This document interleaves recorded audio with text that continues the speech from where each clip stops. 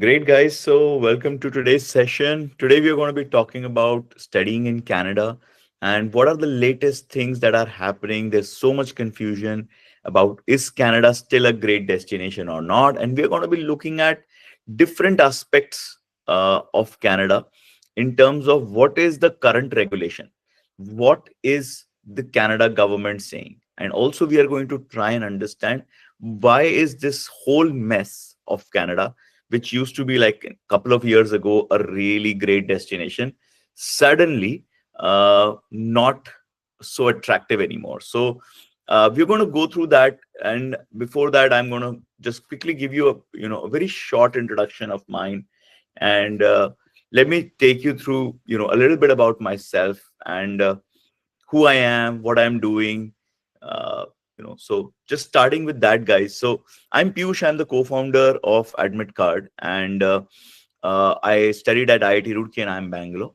And then I've also studied at KTH in Sweden and Tsinghua in China. So not Canada, but I have studied in various countries. And I used to work for a company called Schlumberger, and with them I actually traveled the whole world. I spent a lot of time in North America. And after my MBA, I also worked for Boston Consulting Group before starting Admit Card. And that's why I'm here with all of you today. And as part of that, we are also an AIRC accredited counseling company, which basically means that we are sort of certified by the American government agencies as one of the most ethical and top-notch counseling standards. And like I said, a lot of our startup founders and their CEOs have been part of Admit Card's journey. They are either our investors or we would have supported their children in going abroad. So we're pretty active. I'm pretty active in the whole ecosystem, and I try to keep uh, updated and stay updated with whatever latest is happening. So, guys, quick, some bit of background on to what you should need to do if you want to ask any questions. You will find these three dots on a mobile phone below, or directly this icon of tools. If you click on that, you will find Q&A, and you can use that Q&A to put your questions there. There are not too many of you, and I'm going to make sure that I answer every question of you guys and take it up from there. But I'm just going to quickly go through the presentation that I have prepared for you guys. So I'm going to go through that. So how I go about learning about different universities and different countries is I actually travel there, I meet the students, and this is the kind of content we've been publishing on our YouTube. In fact, right now, I am in UK. I'm in my hotel room. You guys can see maybe a little bit in the background. I'm right in the employment hub of London at Canary Wharf and meeting more of my students over the next 2 weeks to understand how they got a job and what does it take to get a job. Similar kind of an understanding from Canada through real student experiences and feedback is what I will be sharing with you today. So if you want to keep connected with me, then what you guys can do is make sure you subscribe to our channel. The link is in the chat, and you can subscribe to our channel and stay connected with me. So introduction is over. I want to quickly get to the key topic for today. That is Canada really the dream destination? So what is important to understand before we start answering this question is that what is happening in Canada, and why are Indian students starting to ignore Canada? And if you look at this slide, don't go too much deep into the numbers. I know it might be a bit confusing, but I'm going to share with you certain top messages from this. What is this? This is number of Indian students going to Canada from 2019 to 2025. Okay, guys. So from 2019 to 2025, it is the number of Indian students going to Canada. But it is not just that they are going to Canada, it is divided into two parts: students going to colleges and students going to universities. So it is divided into two. Now, if you will look, in 2019, there were around 80,000 students going to colleges and around 65,000 students going to universities in Canada. Canada has two types of systems: universities which give degrees and colleges which give diplomas. Now, colleges are much cheaper. So, what happened when the Canadian government sort of opened up their borders and they said that we are welcoming immigrants? What happened? This 80,000 went to 200,000 at its peak. Whereas the number of students going to universities went from 65 to 78,000. So there was not much increase in the number of students going to universities. There was a very high increase in students going to colleges. Now, what was the problem? These students were not going for the right programs, not the right skills which the country needed, and hence Canada government said, put a stop, cut immigration, and especially a lot of regulations were brought in to cut this college coming students. So Canada is still very pro students coming to their university system, whereas they are discouraging students to come to their college system. So this is an important point to note here, guys. But there is another very important part to understand, and that is a lot of students were using the new immigration policies to bring their spouses along with them to Canada, where they could make them work full time. So what would happen? One student would come to Canada to study, and the wife or the husband would come along, and the wife or the husband would get full-time work rights from day one till their 3 years of PSW was there. So that created a large influx. Again, from 2019 to 2025, if I see, there used to be around 20,000 spouses coming.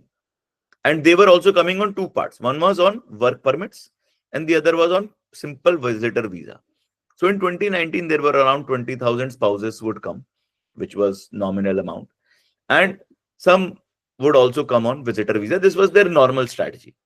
But again, in 2023, when it peaked, this 20,000 number actually became 72,000. Now it meant 72,000 dependents were coming into the country who were not contributing to the economy in a like paying for tuition fee or paying for the university, but just absorbing the jobs. And visitor visas actually became very low.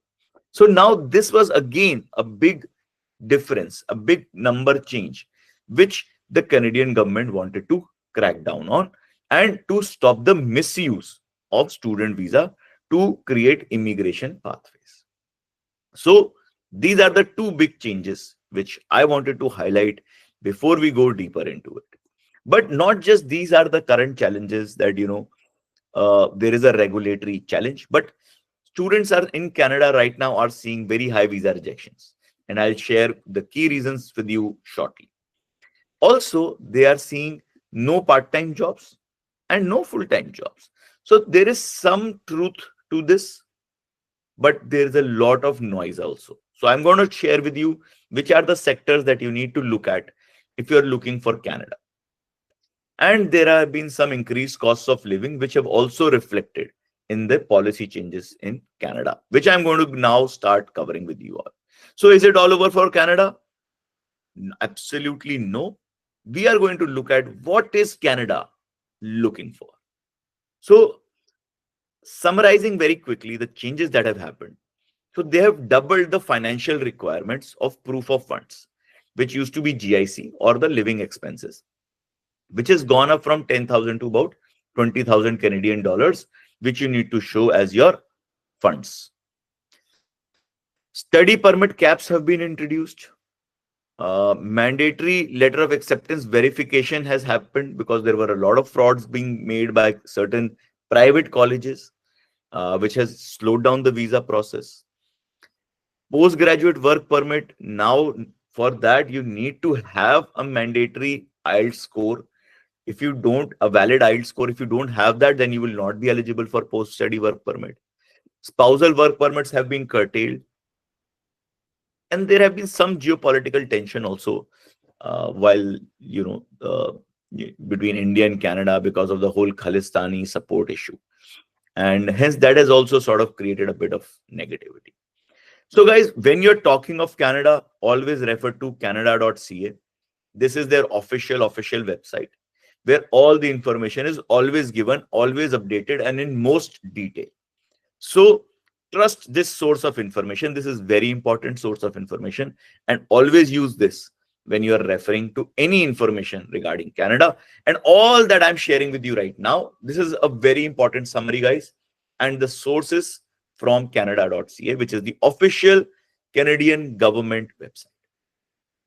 Now, what I want to tell you right now in the next 2 minutes is there are 4 kinds of programs in Canada: UG diploma, UG degree, which is in the universities, PG diploma, and then PG degrees or PhDs, which are also there in the universities. PG diploma and UG diploma are in colleges.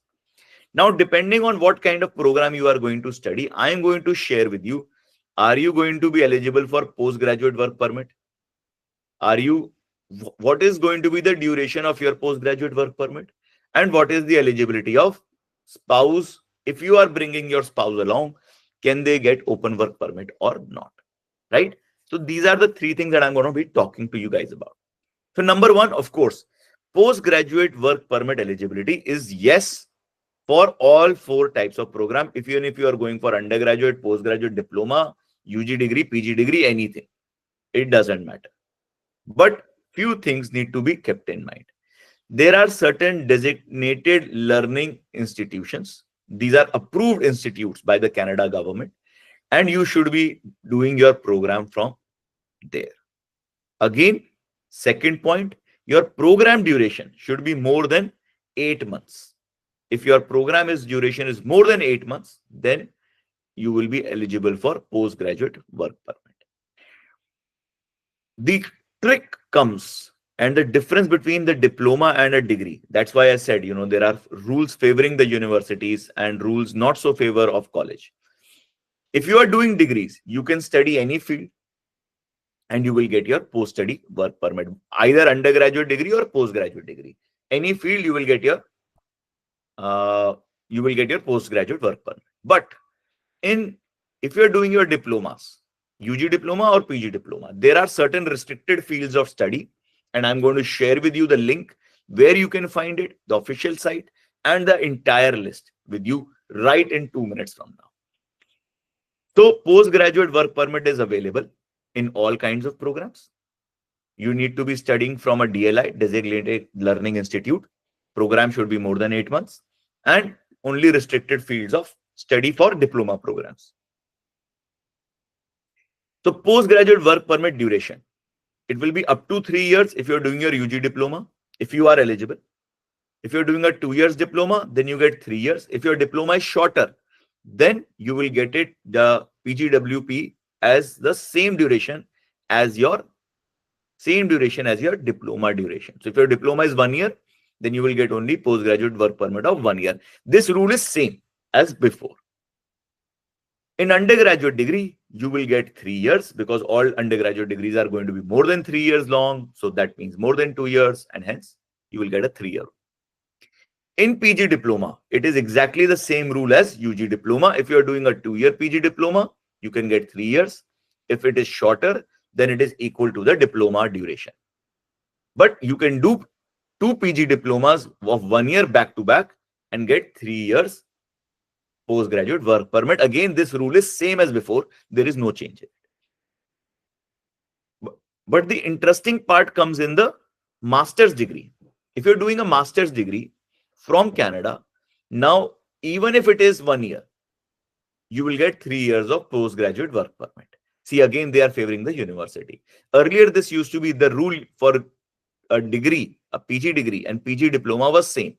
That if your course duration is less than 2 years, then you would not get the 3 years post-study work permit. Now, even if your master's degree is 1 year, you will get your full 3 years of PGWP, postgraduate work permit, which makes a master's degree very lucrative.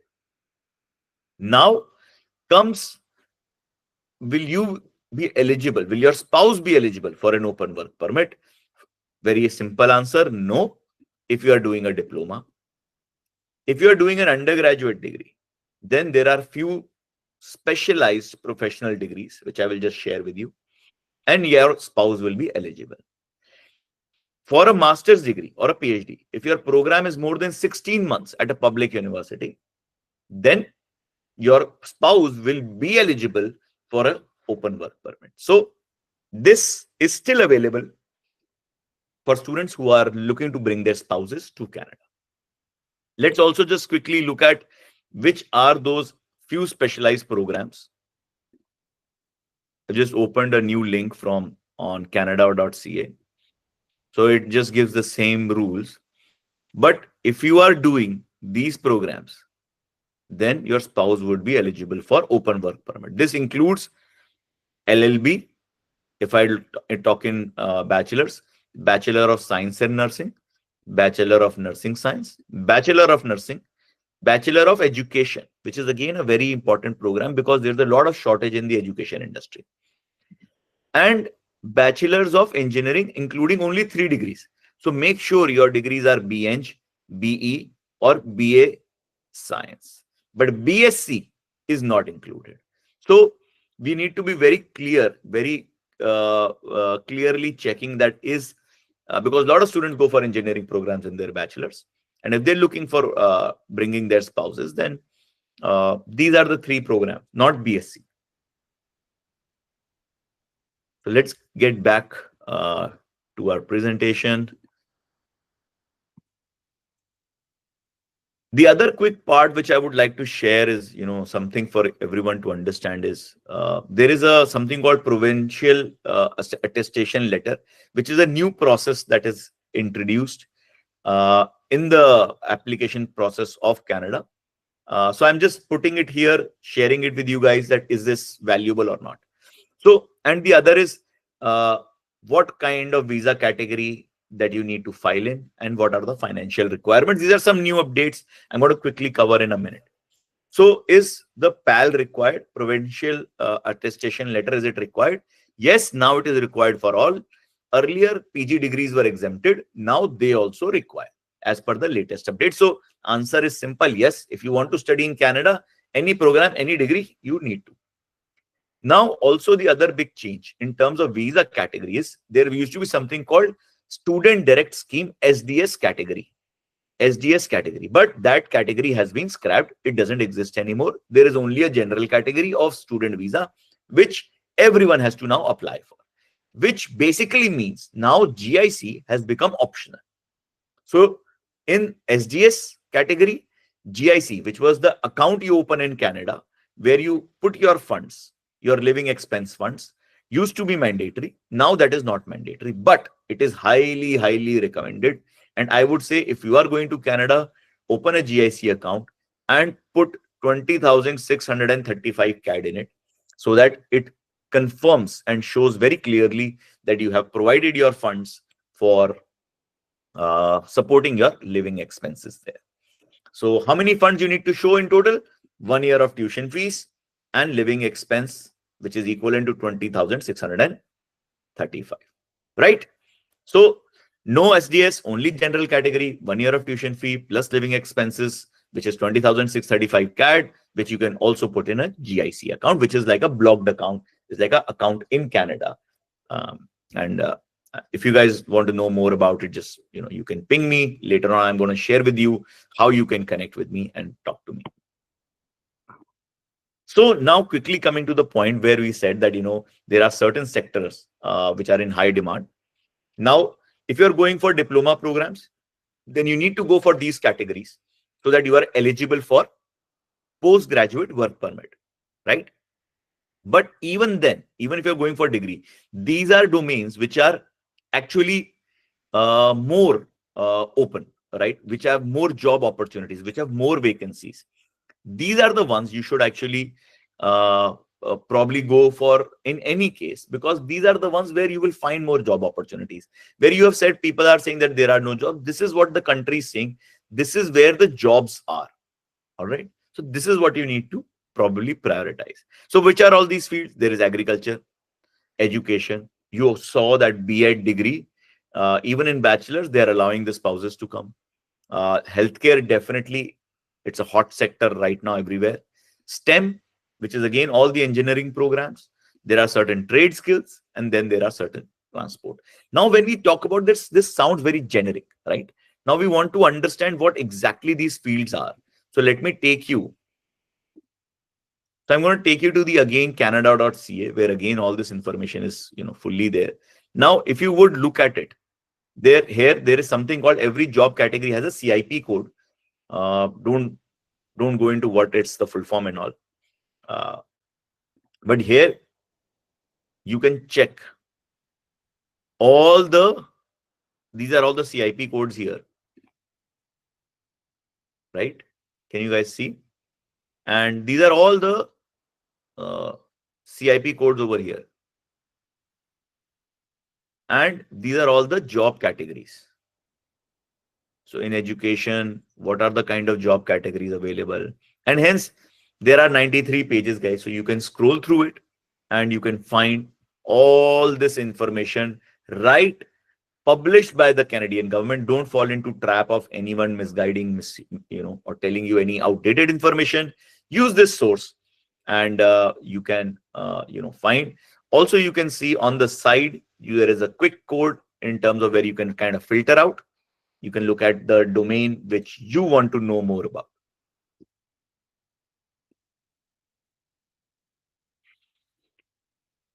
All right, so I'm going to also share with you another quick link, which is about designated learning institutions. This is the list where you can, this is a place where you can find all the DLIs, all the designated learning institutions here. So for example, you want to check Alberta. So these are all the ones. There are about 18 pages here, about 180, 171 entries are there. So these all 171 entries are the designated learning institutions in the state of Alberta. And very important thing is you can check, do they offer programs where postgraduate work permit is available? So, for example, all of these ones actually do not. But Adventure Aviation has a program which offers PGWP. Now, this gives you very authentic, validated, updated, correct information. And hence, these two links that I'm mentioning, you should definitely use. I will put them in the link on my YouTube when this session will be live there. We are already live there on YouTube right now. We're going to put this in the description and you can check these links out. In the meantime, just I would suggest that you subscribe to our channel so that you are updated and keep getting all the new content and information that I'm sharing. So coming back to our presentation, guys, the question now comes with all these regulatory changes. So why should I study in Canada, right? Let's try to answer. So I think the biggest question that people have in mind is now everyone was going to colleges because they were cheaper. Everyone wants to study some highly employable programs. For example, computer science. Now, the question in everyone's mind when I talk to them is that, Piyush, universities are very expensive. So yes, there are universities which are very expensive. I've taken example of masters in computer science in Canada here, right? So if you look at this, there are universities which are quite affordable. So University of Newfoundland, Regina, Saskatchewan, Manitoba, Winnipeg, New Brunswick, Dalhousie, Concordia, even Ottawa, all of these are sub 35,000 Canadian dollars, and this is the total tuition fee over 2 years. So it is slightly more, 50% maybe more expensive than a college, but this is giving you a degree, guys. And these are all 24-month programs. You can even, if your spouse is wanting to come, they can also come. You are also you can work part-time in Canada. And if you're doing computer science, you should be able to get a part-time job. And this should enable you to set up yourself for a long-term career in Canada. So don't get misguided that there are no options in Canada, or all the options are, every time that you're going to search, you're going to go to University of Toronto. Say, okay, which is the #1 university? Toronto. Of course, that is very expensive. Simon Fraser, of course, that is again expensive.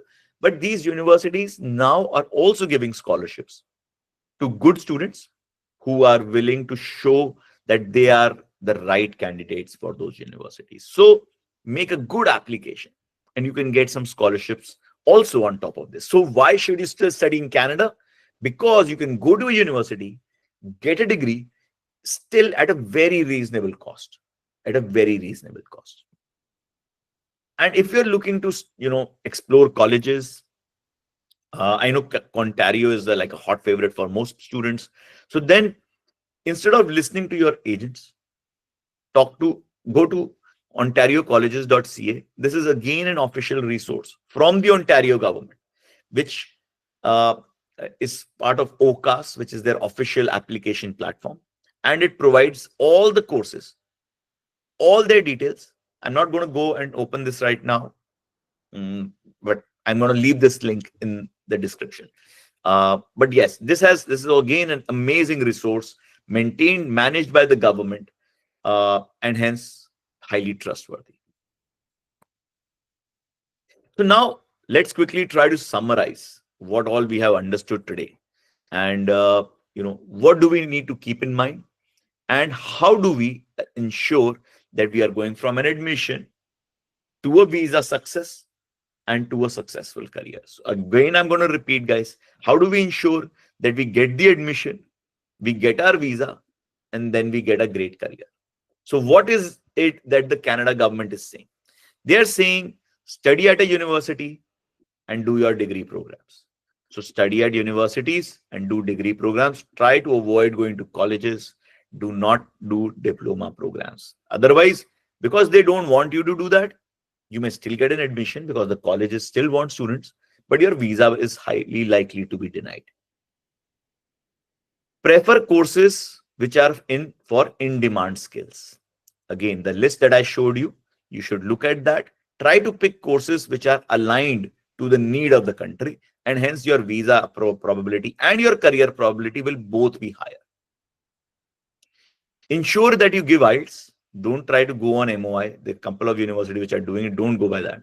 Have 6 bands minimum in each section, which is again a very strong criteria that the Canadian government is monitoring.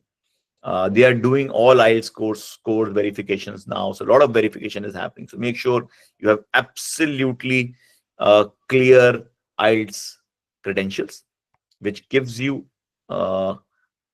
authenticity for your language skills. They are also very surprisingly looking at education marks. Even though you may have an admission, the embassy, the consulates are also still looking at your education. So what we have found, anybody with less than 60% marks in UG or 70% marks in 12th class are also seeing visa rejections. So if your score is less than that, then your probability of visa rejection is high. Again, point number 5 is not something that is written anywhere, but this is something which has come out of some of our own experiences, is that you should provide a statement of 6 months, a bank statement of 6 months, the fund statement of 6 months, where your funds should be 3 to 4 months old. It should not look like that you've just borrowed money from someone to show the money and then you'll have to return it. And when you land in Canada, you'll have nothing to do. So make sure your funds are very, very solid and very, very clear. 6-month-old fund statements, 3 to 4-month-old funds practically will increase your visa chances to almost nearly 100%. Have a very strong SOP. This is something which students are still ignoring. I keep telling, but not many students follow it. But make sure you are covering these questions. Why not India? Why Canada? Future course, future perspectives of the course, especially once you are back in India. Because they want to understand that whatever you are studying, if you don't find an opportunity in Canada, would you still have an opportunity in India? Or if you don't, then you will try to settle there illegally. So that's the question that the government is trying to answer. And then absolutely apply early. Right now is a good time. Even if you are, September is over, September 2025 is over. Right now is a good time to apply for January 2026. So apply early, get your documents in place, get your IELTS in place, get your things in order so that you can start your journey. And then apply for visa much in advance so that you can, also get your visa in time. And do not listen to agents, uh, the ones who are trying to push you to private colleges. If you think you have some ill motive and you're thinking that, I just by paying money, I'm going to get there, then of course, you are in a wrong webinar again. So if you want to go to private colleges, then probably I'm not the best mentor for you. And if your agent is pushing you private colleges, then that agent may not be the best partner for you in that journey. So absolutely avoid it. There have been so many scams. You don't want to get caught in it. So just keep that in mind, guys. Now, we've understood a few things. Go to university, do a degree. How do what do you need to do to get your visa? So now you understand for what opportunities you should go. But here I'm going to give you two bonus things, which are again tools given by the Canadian government. So number one is the job search portal. Just going to try and open it here. This always gives me a bit of trouble.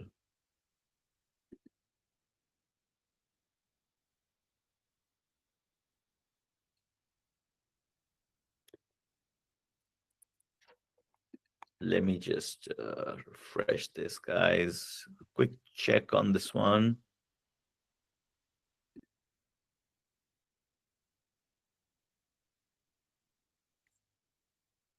Sorry, I'm just resharing. Yes. So this is the job bank, which is available on canada.ca. Again, the link will be there in the description, which provides all the jobs available, which are listed with the government. Even from the smallest to the topmost jobs are available here. Here we don't see Ontario, because I think that's the largest province. So you can check that here. But if you look at, you can also understand where the jobs are. So everyone talks of Ontario and British Columbia, but if you can look at Alberta, Alberta again is a very, very great destination because it also has a very large number of job opportunities. So you can prioritize Alberta as a destination, and you can use this job board for understanding where all the jobs might be. Also, if you see Nova Scotia is also not that bad and is better than many of the other provinces, as Nova Scotia is also having a lot of opportunities. Now, let me share with you one more powerful tool, which again is by the Canadian government. This is a tool, guys, which I think every government, every country should have, which sort of says, how do you transition from school to work? So what this is basically saying is, it is a career guidance platform, right? It is showing what, if you do studies at what level, what kind of jobs you can do. So for example, they are saying civil engineering. Let's check for civil engineering. Let's say civil engineering general. And I did my master's. Then I want to do a search. What it is saying is, what kind of jobs are these students doing? A lot of them are going in construction management, civil engineers, of course, that's a top one, but geological engineers, that's a very small percentage. And some of them are doing research as well. So on an average, how much is the salary that they are making? And depending on the graduation year. So, I mean, the older ones are making more money 5 years after graduation, 10 years after graduation. And this is the one which kind of, puts out all the information in terms of salaries, in terms of how many job postings have been coming in. That means what kind of demand is there. If you see construction managers, there are almost 12,000 jobs which have been posted in the last 2 years. And hence, this is like a really good domain if you're a civil engineer to probably go and work in, because not so many people are there. And their postings are much higher.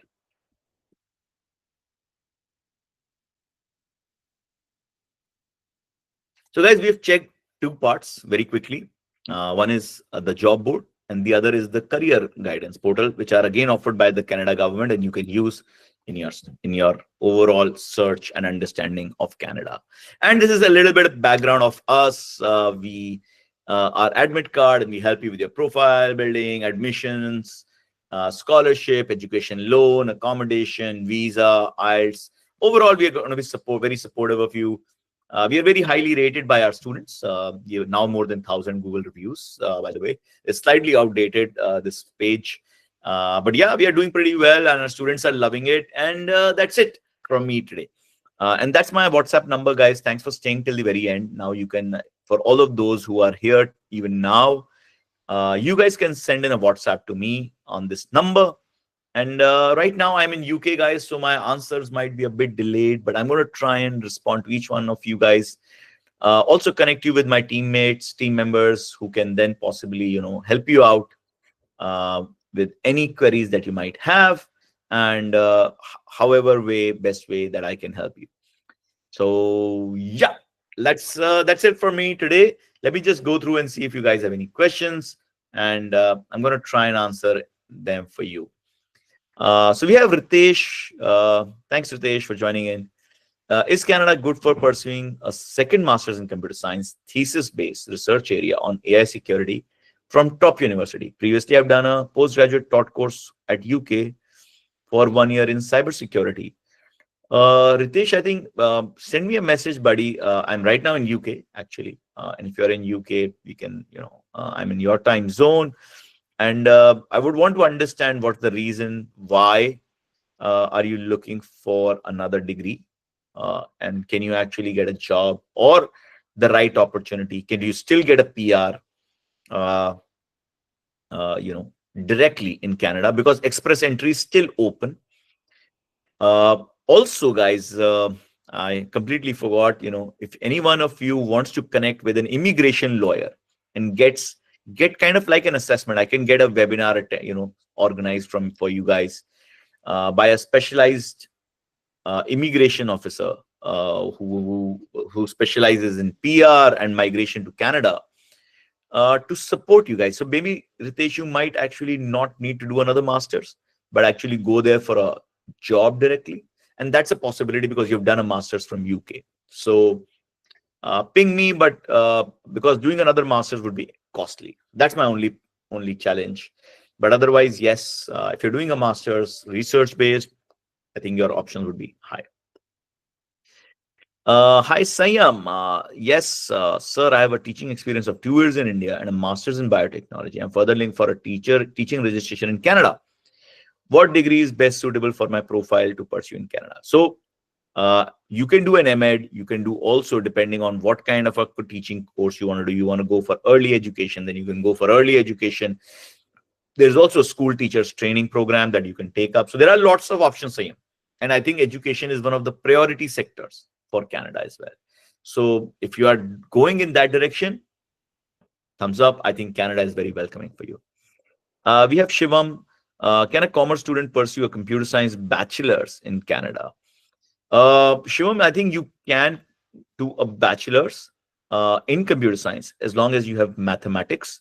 You might have to go through a certain pathway where you might have to do study basic courses and then get a degree there in computer science in bachelor's. But I would suggest uh, uh, it's going to be slightly more tricky for you because visa rejection rates for pathway programs are very high. So yes, guys, I think I've answered all your questions, and I think you have my WhatsApp number. So I'll encourage you to sort of reach out to me on that. And if there's anything I can help you with, happy to help. And that's it for me from my side, signing out from UK, London. I'm sitting at Canary Wharf in my hotel room right now before I go and meet more of my students. And I'm going to be bringing you more such fantastic information. So subscribe to our channel and send me a message if you have any questions. So till then, guys, see you.